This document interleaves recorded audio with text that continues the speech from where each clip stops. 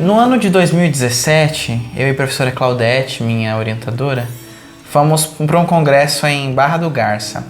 E na volta, a gente estava escutando um CD do Almir Sater e aí escutamos uma canção chamada Serra de Maracaju. Naquele momento, o projeto nasceu com o nome do Almir Sater, então eram representações de povos originários nas canções de Almir Sater, né? E aí depois, com o decorrer do tempo, foi modificando até que nós chegássemos à proposta que temos para fazer hoje, para comentar um pouquinho mais sobre esse projeto, o que foi, como fizemos, né? E, sobretudo, colocar essas canções como patrimônio cultural do Estado, já que essas canções, elas representam os povos, elas representam a cultura do nosso Estado, a identidade e a formação do povo sul-mato-grossense. Então, por isso que nós desenvolvemos esse projeto aqui no programa de pós-graduação em letras da UFMS e tivemos financiamento da CAPES. Mas por que canções, né? Por que eu queria me envolver com música, né? A música é uma parte incompleta da minha vida, é aquilo que me falta, é uma lacuna. Como diz Cavallari, em 2016, que o pesquisador pesquisa sua dor, e a minha dor é não ser um músico. E aí veio a ideia da música do Almir Sater e depois os outros cantores. Mas o foco em si, nesse momento, eram os aspectos dos povos originários e da música sul-mato-grossense. Em princípio, eu queria falar com o Almir Sater, né? Mas foi uma aventura muito difícil, porque o Almir Sater, ele é uma pessoa mais fechada, restrita, né? E aí nós fizemos algumas campanhas no Facebook, Fala Comigo Almir Sater, fizemos alguns memes. E até que no ano de 2018, a cidade trouxe o Almir Sater, Três Lagoas trouxe o Almir Sater para fazer um show aqui. No dia da entrevista, no dia do show do Almir Sater aqui, conseguimos algumas informações pertinentes, né? Sobretudo sobre Serra de Maracaju e a construção das canções, né? A escolha das palavras, como é feita uma composição, que o Sater se dedica mais às melodias, enquanto Paulo Simões se dedica mais à escrita dessa composição, né? Nesse mesmo dia, eu também entrevistei o Geraldo Espíndola, autor de grandes canções do nosso estado, reconhecido nacionalmente, internacionalmente, assim como os outros dois. Comentou como fez a construção de Kikyo. E aí, a partir desse encontro com o Geraldo e com o Almir Sater, eu percebi que era mais do que necessário falar com o Paulo Simões. E só depois de um ano eu consegui falar com o Paulo, né? Nós organizamos uma entrevista com ele em Campo Grande, fomos até Campo Grande falar com ele no estúdio. E aí foi um dos ganhos mais importantes que eu tive na minha vida, que foi escutar ele narrar como que ele construiu o trem do Pantanal. Eu acho que isso pra mim não tem preço, que é o hino não oficial do nosso estado, né, de Mato Grosso do Sul, e que me chamou muito a atenção. Nossa, eu me reconheci no Paulo, falei, eu sou esse cara que quer andar, que quer viajar, que quer ultrapassar as fronteiras. Porque o Paulo, ele constrói a vida dele como se fosse um trem, né? E o trem vai em cada vagão, um momento da vida dele, um aspecto da vida dele. E aquilo foi muito importante, não só para mim, mas para a professora Claudete, que estava lá também escutando e compartilhando dessa experiência que o Paulo nos fez. Depois que eu entrevistei esses cantores, eu me voltei mais pro texto, né, das canções, e aí eu tive que fazer algumas condições de produção para essas canções, né. O estado tem várias composições sobre os povos originários, né. Eu fiz uma seleção a partir daquilo que eu fui conhecendo, né. Então, Serra de Maracaju e Sonhos Guaranis, ambas as composições são de Almir Sater e Paulo Simões. Kikyo, de Geraldo Espíndola. Então aí eu entrevistei os três cantores e me dediquei a essas três canções no mestrado, mas não apenas essas três, porque em todo o corpo do texto, aí falando do texto dissertativo, né, que fiz no mestrado, eu trago aí excertos de outras canções do estado, canções nacionais, MPB, e durante esse tempo todo eu fiquei escutando todas essas canções e outras canções iam aparecendo e eu ia inserindo excertos, os versos das canções no texto para que ele ficasse heterogêneo e tivesse o rosto, a cara do estado, né? A pluralidade, os aspectos fronteiriços que o nosso estado apresenta, porque isso é o patrimônio cultural, né? As canções, elas não trazem apenas os aspectos da composição, da melodia, mas o que a canção traz, né? A história, a memória de um estado, das guerras que aqui passaram, dos colonizadores, dos povos que aqui já estavam. Então, por trás de uma composição, há todo um aspecto histórico e cultural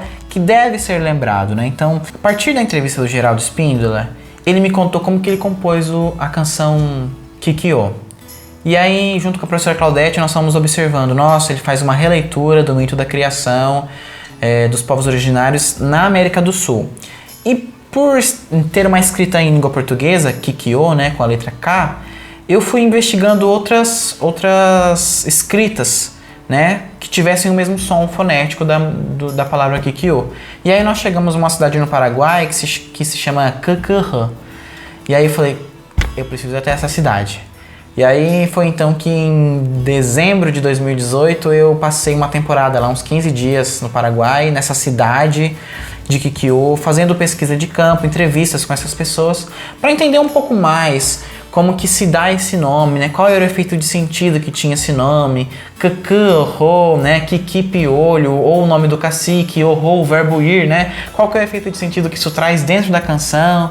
E além disso, nessa cidade, entrevistei a Milda e ela me trouxe várias narrativas também sobre a Guerra do Paraguai. O sentimento que os paraguaios ainda têm sobre a guerra, que é um sentimento que é quase ausente para nós brasileiros, porque dificilmente nós vamos lembrar sobre a Guerra do Paraguai, sobre esse momento histórico que nós tivemos aqui, porque todos esses aspectos que ela me contou estavam intrínsecos às 3 canções, né? Para os paraguaios, isso é muito marcante, isso é muito latente. É uma cicatriz que não se fecha, né? É algo que marca ainda, que machuca. Então ela fez essa narrativa. Kikyo nasceu no centro, entre montanhas e o mar. Kikyo viu tudo lindo, tudo índio por aqui. Índia América deu filhos, foi Tupi, foi Guarani. Então fiquei lá um tempo nessa cidade de Kikyo, que me ajudou depois na construção das condições de produção para análise da canção de Kikyo. Durante a investigação do mestrado, o nosso objetivo era observar, problematizar como que as canções representavam os povos originários, né? E nós partimos da hipótese de que esses povos são representados por um imaginário colonial, que são regrados por um arquivo que permite o que pode ser dito ou não, né? Então, o que nós podemos falar sobre os povos originários? Qual é o imaginário que nós temos? Nós temos o imaginário do indígena como, né? Um sujeito que está com adornos, que está ornamentado com uma roupa de palha. Como que é esse imaginário que nós temos, né? Isso tudo é uma construção histórica que nós temos sobre esses povos. O nosso estado é hoje a 2ª maior concentração de povos originários do Brasil. Só fica atrás do Amazonas, né? Então, onde que estão essas pessoas? Não apenas nas comunidades, mas nos grandes centros do nosso estado, como em Campo Grande, nas aldeias urbanas. Então, essa representação ela é um pouco opaca. Ela não diz totalmente como é a representação desses povos que nós temos por meio desse imaginário social de como são os povos originários. Porque esse imaginário ele é falho. Ele não diz a verdade, né, sobre esses povos. Não diz a verdade. O imaginário ele é uma representação que o sujeito faz do outro. Mas nem sempre essa representação ela é verdadeira. São feixes de luz que o sujeito vai fazendo sobre o imaginário do outro para construir essa imagem que eu vejo a partir das canções, a partir dos materiais, de outros discursos, que é um imaginário opaco, né? Que esses povos não são apenas representados apenas por artefatos, apenas pela vestimenta, né? Não é só isso, né? Há todo um aspecto cultural, social, identitário, linguístico, que deve ser lembrado sempre, né? Tupi entrou no Amazonas, Guarani ainda chama Kikyo na lua cheia. Quer Tupi, quer Guarani, Kikyo na lua cheia. Quer Tupi, quer Guarani. Eu vou comentar um pouquinho agora sobre as 3 canções, né? Eu vou começar primeiro por Kikyo, depois eu vou para as outras. Eu não vou fazer aqui um gesto interpretativo das canções, né? Mas eu quero comentar um pouquinho sobre os aspectos que emergem dessas canções, né? Por exemplo, Kikyo, quando o Geraldo faz a composição, ele faz uma releitura de como foi o mito da criação que a ele foi contado dos povos originários aqui na América do Sul. E ele faz essa construção, né, desse enunciado. Ele faz um novo discurso a partir do discurso anterior. Isso é muito rico, porque ele vai colocar nessa composição os aspectos da mitologia. Ele vai fazer uma cosmologia dos povos originários, usando aí, por exemplo, os aspectos naturais, a montanha, o mar, vai inserir esses aspectos dentro da composição, né? Então a mitologia, ela está muito presente na canção Kikyo. E quando nós associamos a exterioridade, nós encontramos dentro da canção Kikyo um grande mito do povo Guarani, que é a Terra Sem Males, né? Isso tem muita relação com as questões históricas que a canção vai trazer, como, por exemplo, a chegada dos europeus, do branco, representado aí pela palavra branco, né? Que representou todo um aspecto de extermínio para esses povos, para a sua povoação, né? E o mito da Terra Sem Males, ele é pertinente nesse enunciado, por quê? Porque ela vai fazer uma narrativa da seguinte maneira: o mito conta que os povos eram levados a um outro lugar em que não houvesse problemas, que haveria uma terra sem males. Então nós vamos em direção ao local que tenha paz. E aí esses povos foram direcionados por toda a América do Sul, foram direcionados por todos esses aspectos, né? O norte, o sul, que o Geraldo bem traz nessa composição. Ele marca bem o norte e o sul.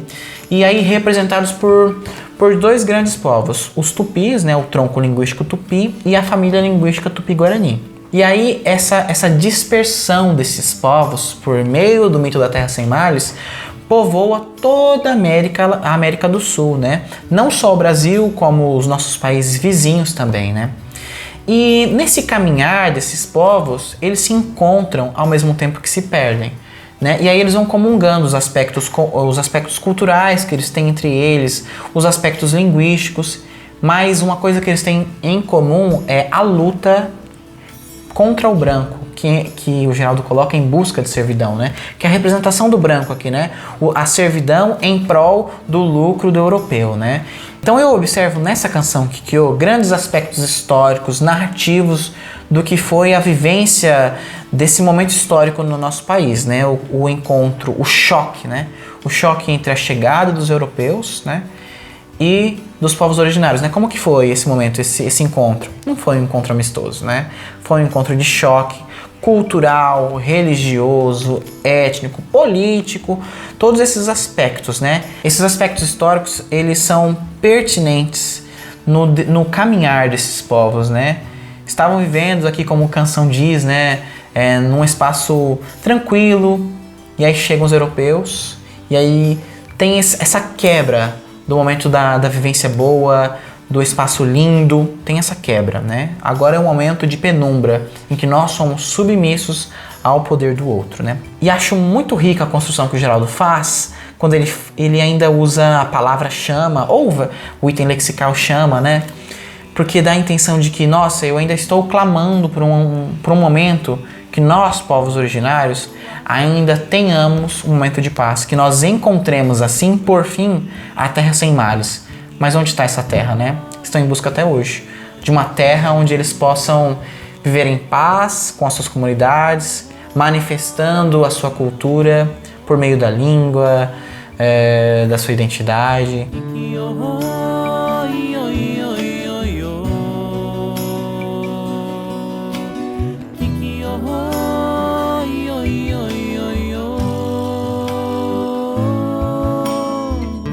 Agora, em Sonhos Guaranis, composta por Paulo Simões e Almir Sater, nós observamos aí, né, a narrativa que o Paulo e o Almir fazem para narrar o maior acontecimento de guerra que nós tivemos na América do Sul, que foi a Guerra do Paraguai. E ao compor, né, ao escrever essa canção, o Paulo e o Almir deixam ela bem nostálgica, sentimentalista, né? Um sentimento de tristeza, de penumbra que está sobre o coração deles quando compõem essa canção. E quando eu entrevistei Milda, ela me disse que o sentimento que os paraguaios têm sobre a guerra é como se a guerra tivesse terminado ontem. Porque a maior parte dos paraguaios foi exterminada, né? E os povos originários aqui de Mato Grosso do Sul, eles contribuíram, ajudaram na guerra do lado do Império para que pudessem defender ali as terras do Império, né? Naquele momento, né? Ainda Império. E eles colaboraram na guerra, né? E os que não se protegeram na Serra de Maracaju, que nós vamos falar logo depois. Então essa canção, ela traz vários aspectos históricos, ela demarca muito os aspectos históricos vivenciados tanto pelo brasileiro quanto pelo paraguaio, né? E esse sujeito que faz essa narrativa, ele está ora no Brasil, ora no Paraguai, ele se vê nessa fronteira, né? Nossa, quem sou eu, né? Onde eu estou?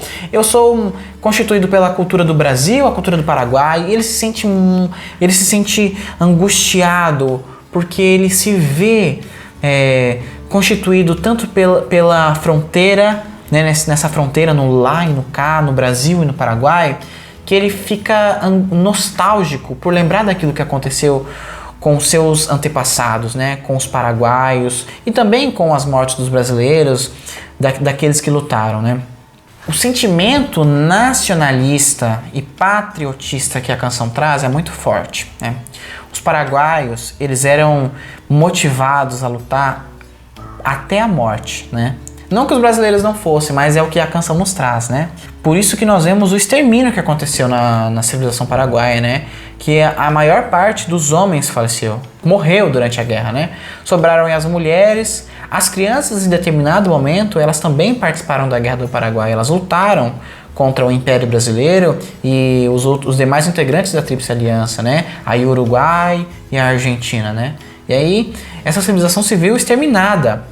E esse sujeito que canta, esse eu lírico, ele fica muito mexido por lembrar desses momentos históricos, né, que aconteceram. Nós preferimos esquecer essa parte da história. Os paraguaios não. Os paraguaios, eles rememoram, né, tanto pela história, pela memória, para que eles possam lembrar, nossa, nós vivemos isso na nossa história, somos constituídos disso e nós não podemos esquecer que isso aconteceu. Mato Grosso encerra em sua própria terra sonhos guaranis. Por campos e serras a história enterra uma só raiz. E essa canção vem demarcar muito bem esse momento histórico e isso tem que ser lembrado. E o Paulo e o Amir, de fato, eles registram essas canções para a história. Essas canções são patrimônio do nosso estado. São canções que devem ser usadas na escola para contar a história de como foi a Guerra do Paraguai, né? Como que foi esse momento histórico. Então, é por isso que nós fazemos esse registro hoje, dada a importância que essas canções têm, não apenas para o registro da história, mas para falar sobre a nossa identidade, sobre nós, sobre os nossos antepassados, para que a gente possa refletir aí o nosso futuro. Lembro de um velho índio contando histórias de glórias e tragédias que não vivi. Quando das estrelas vieram deuses e seus sinais estão por aí. Agora nós vamos para a terceira canção, que é Serra de Maracaju, de autoria de Paulo Simões e Almir Sater. Quando eu me deparei com essa canção, na entrevista com Almir Sater, eu fiquei muito intrigado, porque em várias das composições, eles utilizam muito os aspectos das constelações, né? As estrelas, e eu fiquei, nossa, por quê, né? E a Almir me deu uma resposta subjetiva, e ele me fez pensar por muito tempo naquilo.